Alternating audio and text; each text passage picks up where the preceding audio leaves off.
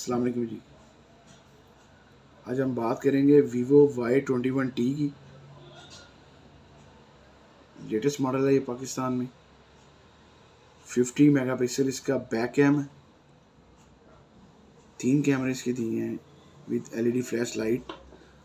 2 colour इसमें आ रहे हैं, ब्लू और ब्लैक। टाइप C इसमें यूज़ की गई है।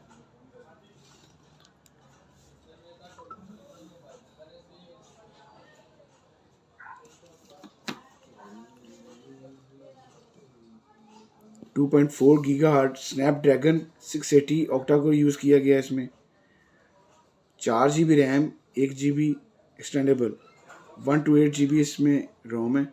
एंड्रॉयड 11 यूज़ की गई है।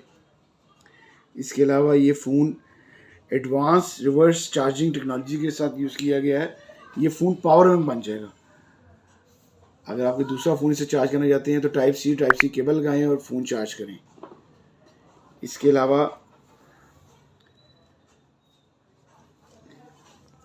इस फ़ोन का जो स्लोमो इसमें दिया गया, फ़ोन में स्लोमो भी है। बैक कैम 50 मेगापिक्सल है।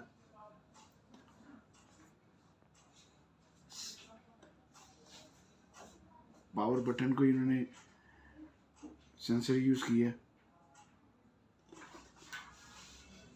पाकिस्तानी प्राइस है इसकी 35,000।